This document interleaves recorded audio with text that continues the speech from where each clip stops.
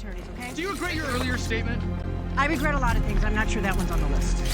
Thank you, guys. Okay, guys, we'll get to you later.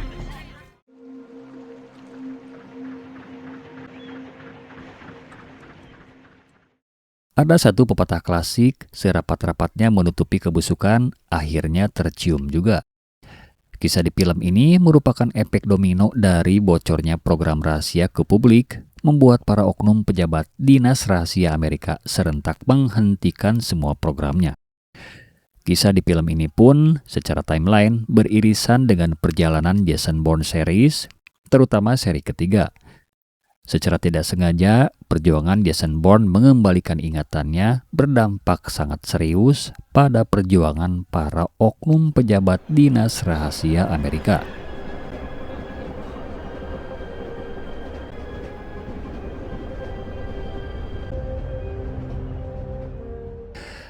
Diperkeruh dengan terbitnya berita tentang sosok Jason Bourne dan Mary di koran The Guardian, membuat lembaga Dinas Rahasia Amerika berada di level krisis kepercayaan dari pemerintah pusat. Sir, what you got? We intercepted a call in London. Keyword Black Pride. Okay, send it to New York right away. Registered to a London reporter named Simon Ross, works at the Guardian newspaper. Demi meredam berita yang lebih luas lagi, Direktur Operasi Program Blackbriar bernama Ezra Kramer meminta bawahannya yang bernama Noah Fossen untuk membereskan semuanya.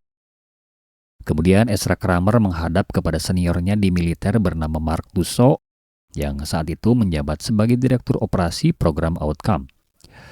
Tusso kecewa dengan kinerja juniornya yang tidak becus memanfaatkan jabatannya. You sound tired, Ezra. I'd make more of an effort if I were you. Saking seriusnya dampak kebocoran informasi program rahasia ini, para pengurus sepakat untuk menutup permanen semua program serta menghapus operator-operator di lapangan. Dr. Albert Hirsch. Where'd you find this? YouTube. Tentunya redaktur berita koran The Guardian bernama Simon Ross menjadi target operasi mereka berikutnya. Pada seri ketiga Jason Bourne, Simon Ross menjadi target setelah muncul artikel di koran The Guardian. Bedanya, Jason menargetkan Simon hanya untuk mengorek informasi dalam rangka memulihkan memorinya. Who is this? This is Jason Bourne. Waterloo Station, South Entrance, 30 minutes. Come alone. Jason berupaya semaksimal mungkin melindungi keselamatan Simon Ross, tetapi takdir berkata lain. Rencana tinggal rencana pasca terbitnya artikel yang memuat sosok Jason Bourne dan hubungannya dengan program rahasia, Simon berencana menerbitkan lagi artikel seputar program Blackbriar. Namun, sayangnya Simon tutup usia di tangan agen Ramirez, utusan dari program Blackbriar. Kill the cameras.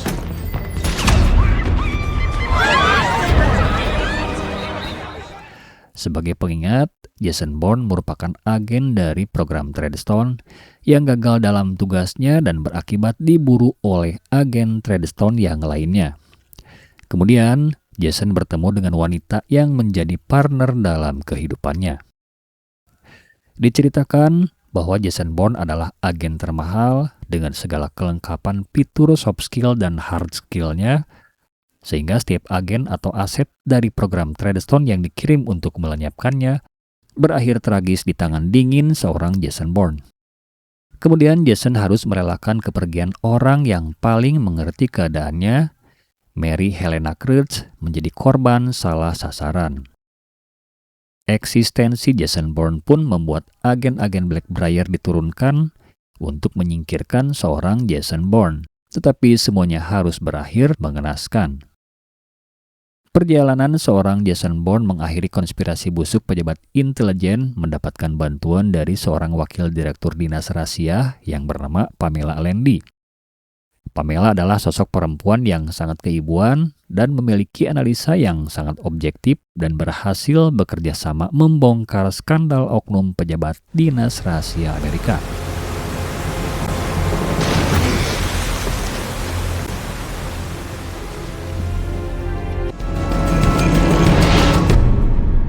Kisah di kali ini, agen yang bernama Aaron Cross merupakan bagian dari program Outcome.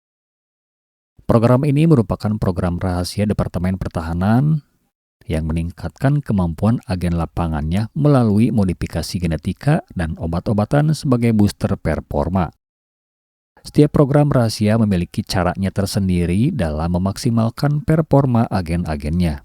Jika program Treadstone dan Blackbriar memakai cara memodifikasi perilaku, berbeda dengan program Outcome yang memakai cara yang lebih modern. Program ini merupakan proyek eksperimental yang melibatkan para analis dari perusahaan farmasi.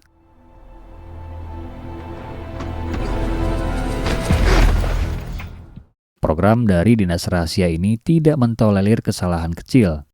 Hanya karena tidak melakukan komunikasi selama 4 hari, Aaron Cross harus menerima konsekuensi sebagai hukuman atas kesalahan yang dianggap kecil itu. Aaron harus mendapatkan hukuman survival di wilayah bersuhu ekstrim. Meskipun begitu, hukuman ini pun merupakan bentuk latihan fisik untuk meningkatkan performa, dengan harapan memiliki dasar fisik yang adaptif dan bisa bekerja di semua situasi dan kondisi.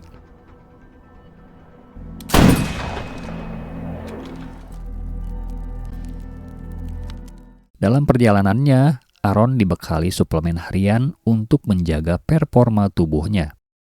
Karena program Outcome ini merupakan proyek eksperimental yang melibatkan dunia farmasi, maka setiap agen harus mengirimkan sampel darah untuk diserahkan ke laboratorium. Sorry to keep you waiting.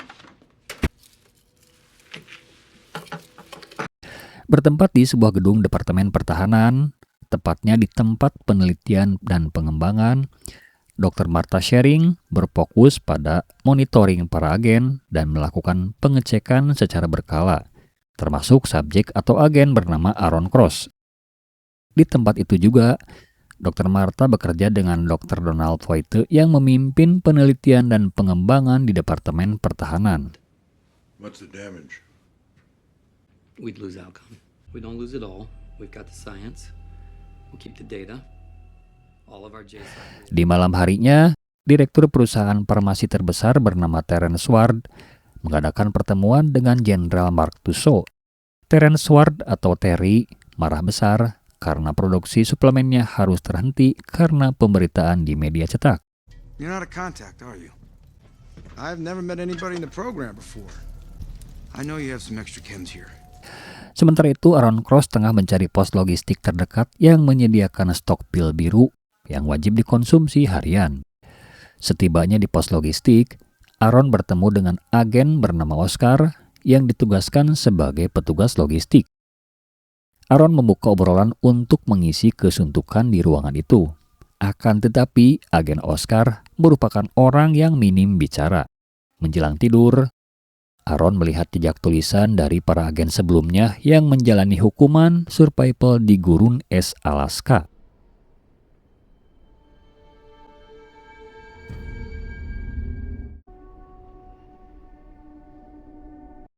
Tidak ada agen yang sempurna karena agen termahal sekelas Jason Bourne pun pernah menjalani hukuman survival di tempat itu. Di keesokan harinya, pos logistik menerima kedatangan pesawat drone membawa sampel darah untuk dikirim ke laboratorium. We're shutting things down immediately, and this contingency was covered loud and clear. Di sisi lain, selaku pengawas agensi yang bertanggung jawab dalam pengawasan operasi rahasia, Eric Bayer mengadakan pertemuan dengan Jenderal Paulson yang menjadi seniornya di dunia militer. Hasil dari pertemuan itu, program Outcome resmi diterminasi dan agen-agen lapangan pun harus dieliminasi. What's this? We're transitioning everyone in the program. Yes. Singkat cerita, para petugas logistik mengganti suplai suplemen dengan pil segitiga kuning yang diberitakan sebagai suplemen upgrade. Dan hasilnya adalah semua agen lapangan kehilangan nyawanya dengan cara yang dianggap alami, sehingga tidak menimbulkan kecurigaan dari pihak luar. Untuk percepatan di wilayah yang jauh dari peradaban manusia, pesawat tanpa awak dikirim kembali menuju Alaska, tentunya dengan tujuan yang berbeda. Hal ini mengundang kecurigaan dari Aaron dan Oscar. Dan sebagai tindakan antisipatif, mereka menyepakati untuk berpencar dari pos logistik. You hearing that? I don't know. We should spread. Yeah.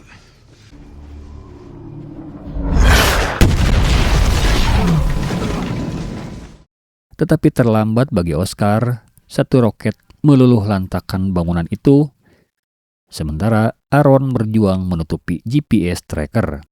Dengan begitu, tim monitoring pusat tidak bisa mendeteksi posisinya. Untuk mengamankan langkahnya, Aaron menyiapkan senjata runduk untuk menghancurkan pesawat tanpa awak.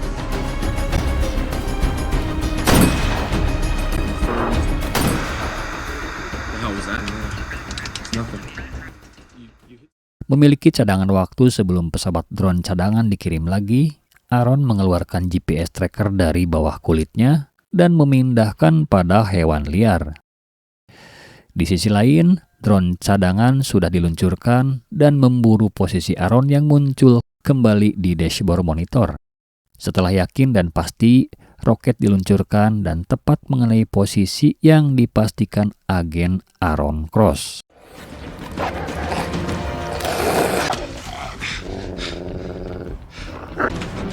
Missile away.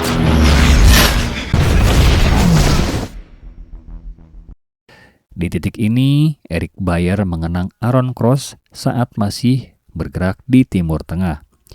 Eric teringat ketika menanamkan pesan-pesan militan pada Aaron Cross. Di saat yang sama, Dr. Martha bekerja seperti biasa di satu laboratorium, tetapi hari itu berubah menjadi hari yang mencekam karena Dr. Donald Poite melakukan aksi yang sangat barbar di ruangan laboratorium itu.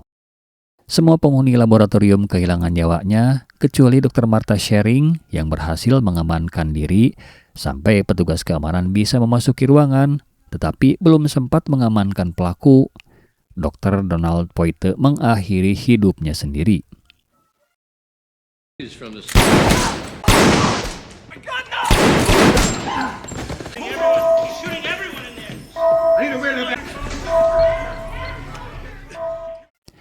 Otomatis, kejadian ini pun menjadi headline news karena memakan banyak korban. Kemudian, Dr. Martha dipintai keterangan oleh petugas polsek setempat. Di sisi lain, Aaron berhasil lolos dari maut dan kebutuhannya sekarang adalah kembali ke tempat asal. Investigators are still searching for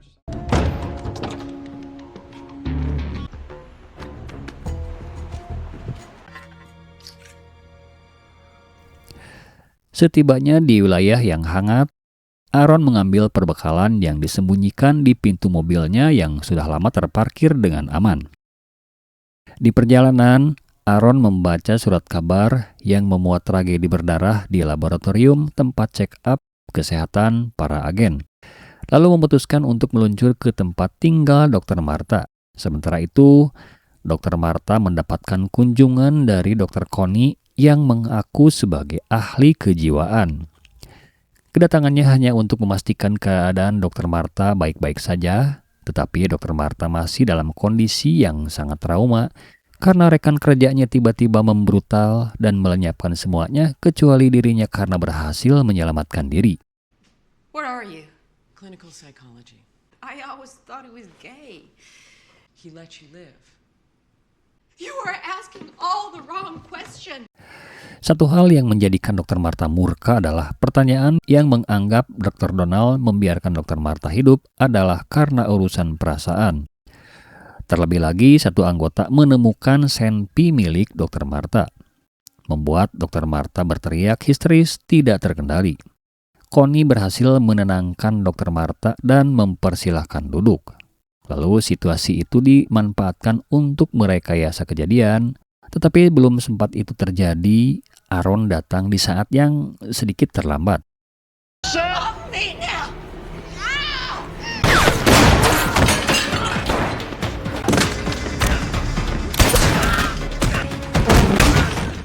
4 orang agen rahasia berhasil dirapikan oleh Aaron Cross, dan Dr. Marta harus membakar rumahnya sendiri demi menghilangkan jejak. Setelah berada dalam situasi yang sedikit aman terkendali, mereka terlibat perdebatan sengit yang kemudian membawa mereka menuju Manila untuk mengakhiri ketergantungan terhadap obat-obatan yang secara pasokan sudah dihentikan karena programnya ditutup. Where is it? Manila. That's where we're going. Dr. Marta sangat hafal betul di pabrik tersebut tersimpan bibit untuk booster stamina yang nantinya dibuat permanen tanpa harus mengkonsumsi obat-obatan. Sementara itu, aparat kepolisian setempat dan beberapa agen rahasia diutus ke rumah Dr. Marta. Mereka menemukan 4 jasad yang sudah menjadi barbeque karena terpanggang di dalam rumah Dr. Marta.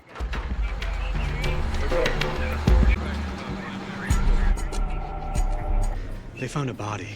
They're pretty sure it's a woman and it's not Marta Shearing. Lolosnya Dr. Marta membuat para pejabat pengurus program outcome berada dalam fase panik. Karena satu hal yang mustahil bagi seorang wanita sipil non-militer bisa lolos dari kepungan orang-orang yang memiliki keahlian. Imbasnya mereka memperketat pintu keluar masuk negara bagian maupun bandara internasional. Di sisi lain, Aaron berupaya untuk memodifikasi identitas agar bisa lolos menuju Manila, Filipina. Bertempat di persinggahan, Aaron menceritakan bahwa dirinya pernah bertugas di Timur Tengah bersama Eric Bayer.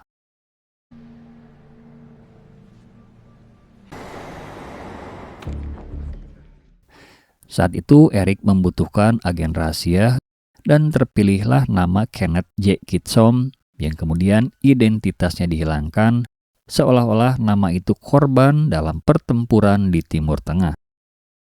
Eric membutuhkan identitas baru untuk program rahasianya dan Aaron Cross adalah bagian dari agen yang diproduksi oleh Dinas Rahasia Amerika.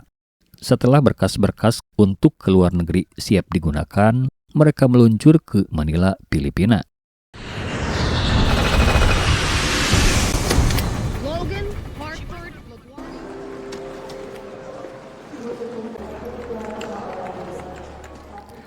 Sementara itu, tim monitoring mendapatkan tangkapan kamera pengawas berwajah Aaron Cross.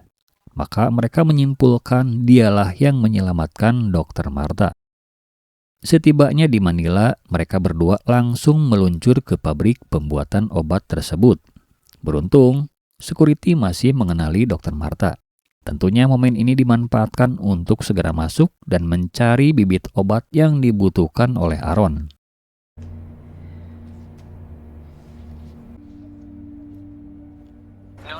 No, withdraw your team, lock the lab, and keep them down there. Do not try to take him. Di saat yang sama, Eric Bayer menerima laporan bahwa jejak 2 orang buruannya berada di pabrik farmasi, kemudian meminta keamanan pabrik itu untuk mengisolasi tempat itu. Yang tidak diketahui oleh keamanan pabrik adalah sosok Aaron merupakan orang yang memiliki kemampuan taktikal di atas rata-rata. Beruntungnya Dr. Marta berhasil memenuhi kebutuhan Aaron, yaitu membuat permanen efek obat-obatan yang bersumber dari satu virus hasil rekayasa yang berdampak pada permanennya kemampuan fisik dan intelijensia di tubuh Aaron.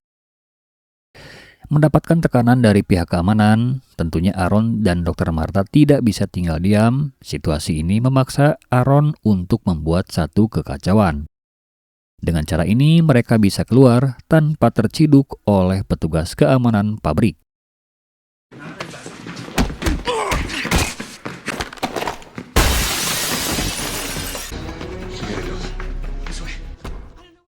Di sisi lain, sebagai tindakan protokoler dalam menyikapi keadaan yang mengancam lembaga rahasia, Eric mengaktifasi agen Louis Ozawa yang merupakan agen Thailand.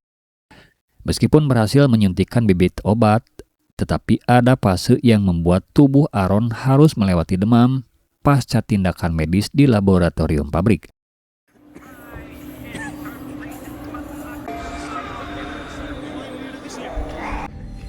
Are you comfortable? Kitson. You have a room. Kemudian Dr. Marta membawanya ke satu penginapan. Sadar dengan kondisinya yang lemah dan berharap Dr. Martha bisa melanjutkan kehidupan dengan aman, Aaron menyerahkan semua bekalnya untuk dibawa oleh Dr. Martha. Meskipun begitu, Dr. Martha berusaha semaksimal mungkin untuk memulihkan stamina Aaron Cross. Sampai di pagi-pagi buta, Aaron terbangun dan sang dokter hanya meninggalkan catatan bahwa dirinya pergi ke apotek. Paracetamol, 500 milligrams. Okay. Tapos na lang 3. Libre na to. Ketika Dr. Martha tengah melakukan transaksi di apotek, beberapa anggota kepolisian setempat berlarian menuju tempat mereka menginap. Otomatis saja membuat Dr. Martha kaget dan khawatir, apalagi setelah melihat garis polisi melintang di jalan raya utama. Sang dokter berpikir keras untuk memberitahu Aaron yang masih berada di penginapan. Situasi ini menjadi keuntungan besar bagi agen Luis Ozawa karena terbantu dengan kepungan petugas kepolisian setempat. Luis terus memantau keadaan dan karena Aaron berbahaya dan statusnya adalah buronan internasional, maka dari mulai polsek setempat sampai Densus Manila pun diturunkan untuk meringkus Aaron Cross. Karena situasi ini tidak memungkinkan untuk menemui Aaron, maka Dr. Martha berteriak menyuruh Aaron untuk kabur.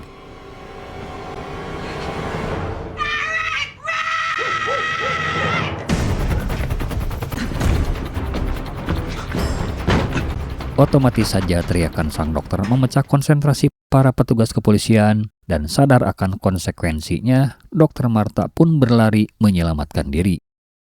Maka terjadilah kekacauan di pemukiman padat penduduk.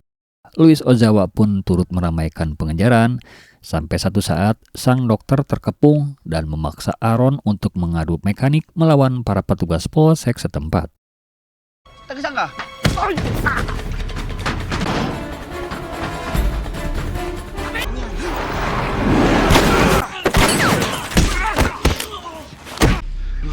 Setelah petugas terlumpuhkan, mereka menuju terminal bus. Situasi dan kondisi memaksa Aaron untuk merampas supermoto yang sedang diparkir, kemudian gaspol melewati padatnya lalu lintas Manila. Di belakangnya, agen Luis terus mengejar sampai satu momen Aaron terkena timah panas.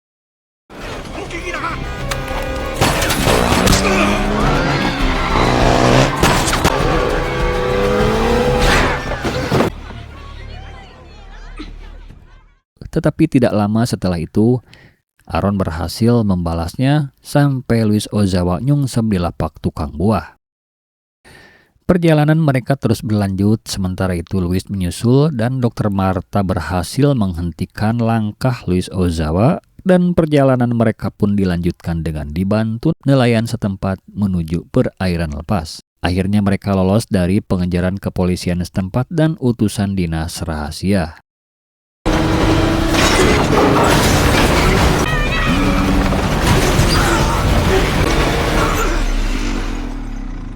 Bertempat di sidang terbuka kasus Treadstone dan Blackbriar, Noah Posen membuat pembelaan diri dan membalikan tuduhan. Posen menganggap Pamela membantu buronan internasional dan mencampuri urusan yang bukan kewenangannya, diperburuk dengan membiarkan kebocoran impor Asia ke media cetak. Posen berkesimpulan bahwa Pamela Landy adalah pengkhianat negara. Buah dari perjalanan Pamela sampai di titik ini memang tidak terasa manis. Tetapi, setidaknya Pamela berada di sisi yang berpihak kepada kemanusiaan. Di penghujung seri ketiga, di hadapan Jason, Pamela membuat statement bahwa tujuan dirinya berkarir bukan untuk merusak generasi muda. Kesimpulannya, keberadaan Jason masih menjadi misteri, nasib Pamela masih menggantung, kehidupan Aaron dan Dr. Martha pun masih berada di tahap penentuan tempat untuk memulai lembaran baru dalam perjalanan hidupnya yang jauh dari pemantauan agen-agen rahasia. Menyuarakan kebenaran butuh kekuatan, untuk menjadi kuat butuh kebersamaan, minimal menyamakan visi dan misi, dan menjadi simpati. Dan hal terbaiknya adalah menjadi sahabat satu visi dan satu misi. Kembali ke pepatah klasik, bersatu kita teguh, bercerai kita runtuh. Terima kasih sudah menjadi bagian dari kanal cerita. Wassalamualaikum warahmatullahi wabarakatuh.